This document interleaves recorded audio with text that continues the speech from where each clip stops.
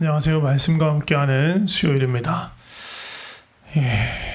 먼저 말씀 한번 같이 읽도록 하겠습니다.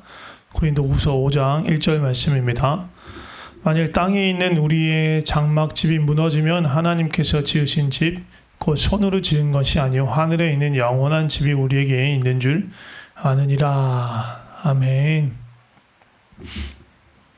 이 말씀은요, 장막이 나오고 집이 나오는데, 장막이 뭡니까? 텐트예요. 텐트. 텐트는 임시로 빨리 치고 잠시 머물다가 또 걷어서 또 어딘가로 이동할 때 쓰는 임시 처소입니다. 근데 뒤에 보면 영원한 집이 나오죠. 이 영원한 집은 진짜 말 그대로 그곳에 머물고 거주하는 지역이라고 볼 수 있어요. 이건 비유로 말씀하시는 거예요. 우리의 장막집은 지금 우리 육신, 이게 육신이 임시적으로 존재하는 것이다라고 말하는 거고요. 그 이후에 하늘에 있는 영원한 삶이 우리에게 있다라고 이야기하는 거예요. 오늘 이 얘기를 나누려고 합니다. 지난주에 우리가 무엇을 나눴습니까? 우리 진리 안에 거하지 않고 예수님에게 이끌리지 않아요. 예수님의 이끄심으로 따라가지 않을 때, 다시 말하면 하나님께 뿌리내린 삶을 살지 못할 때 우리를 몰아가는 세 가지가 있다. 과거의 상처와 또 두려움, 미래에 대한 두려움, 그리고 우리 안에 있는 욕망들이 우리를 이끌어간다. 우리를 막 드라이브 해간다. 그런 말씀 나눴습니다. 그래서 그렇지 않으려면 정말 하나님께 뿌리내린 삶을 살아가야 한다라는 말씀을 드렸는데, 오늘도 바른 삶을, 정말 값진 삶을, 이 땅에 우리에게 주어진 이 삶을 살기 위해서 필요한 그것들에 대해서 나누려고 해요. 오늘 그게 뭐냐 하면 시간에 대한 우리의 개념이에요. 시간에 대한 우리의 개념. 근데 이 시간에 대한 개념은 결국 우리가 세계를 어떻게 바라보는가, 세계관하고 연결돼요. 지난번 처음에 나눴을 때, 그리고 뭐 이전에 우리 세계관 얘기를 몇 번 나눴는데 그거하고 다 연결되는 거예요. 우리가 존재하는 이 세계가 모든 것이 우연의 산물이다. 모든 것이 물질의 우연한 결합으로 일어난 것이다. 뭐 땅덩어리도 우주도 그리고 뭐 숨쉬는 생명체들도 다 그런 것이다. 라는 어떤 세계관을 갖고 있으면, 그런 사고의 어떤 기반이 그거라면, 우리의 모든 활동, 우리의 지적인 것들 포함 지적인 활동과 감정, 그리고 사실 우리가 느끼기에 영적인 경험과 활동이라고 여기는 그 모든 것들도 사실은 물질의 작용에 불과하다라는 거예요. 이 관점을 가지면 어떻게 되느냐, 결국은 우리가 살아있느냐, 다시 말하면 우리 심장이 박동이고 호흡을 해서 그 산소를 뇌에 공급해서 우리 생명이 유지되는 동안에만 우리는 존재한다. 우리 생명이 끊어지면 우리는 존재하지 않는 것다. 그러니까 우리가 이 땅에 태어나기 전에는 우리는 아무것도 아니었을 뿐만 아니라 죽은 다음에도 그냥 아무것도 아니다 라고 말하는 그런 생각인 거예요. 오로지 살아 숨쉬는 그 시간만 우리에게 주어진 시간이, 그 시간이 전부다. 이런 생각을 가지고 세상을 바라보고 자기 삶을 살아간다면요, 뭘 해야 돼요? 이게 진리라면, 이게 사실이라면 뭘 해야 돼요?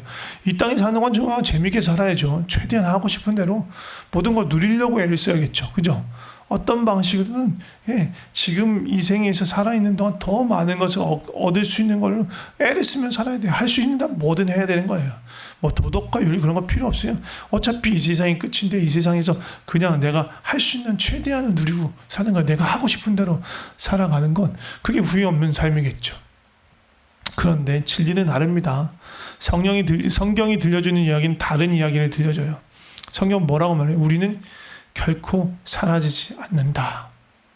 우리는 육신의 죽음 이후에 또 다른 방식으로 존재하게 되기 때문에, 그게 오늘 읽었던 그 본문의 말씀이에요. 육신의 장막이, 육신의 장막집은 무너질 거다. 썩어서 사라질 거다. 죽을 거다. 그러나 우리가 짓지 않은 영원한 하나님의 집, 영원한 집, 우리를 새로운 존재로 만드시는 그 하나님의 그 안에서 영원토록 살아간다라는 이야기를 하는 겁니다. 죽음 이후에 우리가 또 다른 방식으로 존재해요. 근데 정확하게 어떤 방식인지 우리는 알지 못해요. 근데 명확한 건 지구상에 존재할 모든 사람에게는 그 죽음 이후에 두 가지 갈림길이 있다는 거예요. 두 가지 갈림길이 있는데 이것은 우리가 이 땅을 살아가는 이 생에서 어떤 삶을 살았느냐, 조금 더 구체적으로 말씀드린다면 하나님과 어떠한 관계를 맺고 살아왔느냐로 인해서 결정이 되는 거예요. 한 가지 길은 영원한 생명의 길이고 또 다른 길은 영원한 심판의 길이에요. 둘 다 영원한 길이에요. 그러니까 영원히 하나님과 동행하며 기쁨으로 충만한 그 삶을 살아갈 것이냐, 아니면 영원히 하나님과 떨어져서 죽음 가운데서 정말로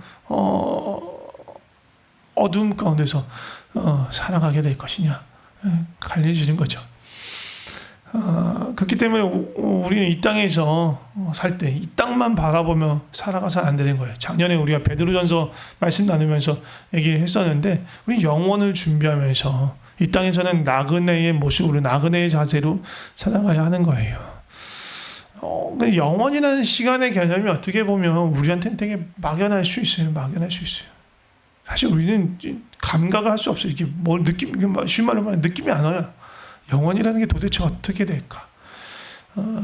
그래도 우리가 최소한 감각할 수 있는 건 이거죠. 이 땅에서 육신으로 사는 그런 일생보다 훨씬 더 긴 시간, 영원을 비교한다면 우리의 이 땅에서의 삶은 아주 순간과 같은 거라는 거죠.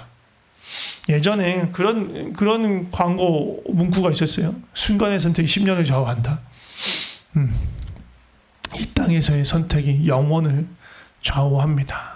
그러니까 우리는 매일매일 주어진 시간들을 영원을 준비하면서, 영원을 바라보면서 하루하루를 그런 마음으로 살아가야 하는 것입니다.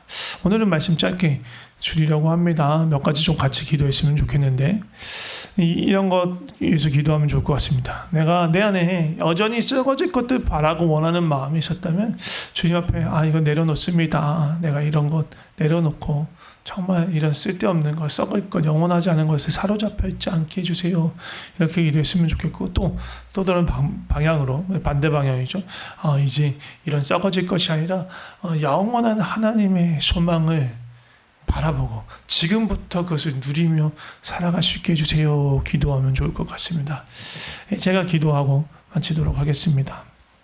하나님 아버지, 우리를 주님과 같이, 주님과 마찬가지로 영원한 존재로 지어 주셔서 감사합니다. 또한 우리 연약하고 부족한 우리지만 그 주님의 영원한 생명에 동참하여 주님과 함께 영원한 삶을 살 수 있는 소망을 우리에게 허락해 주셔서 감사합니다.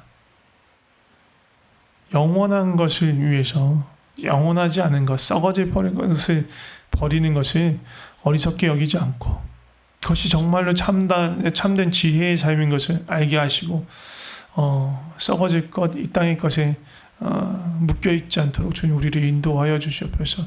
세상은 자꾸만 우리를 그런 시선으로 바라보고, 또 그런 것들에 집착하게 만들고, 또 그런 것 때문에 두려워하게 만들고 불안하게 만들려고 하지만, 주님 우리는 영원한 것에 소망을 두며 영원히 주님과 거할 수 있는 그 아름다운 우리의 영혼을 준비하게 하여 주시옵소서.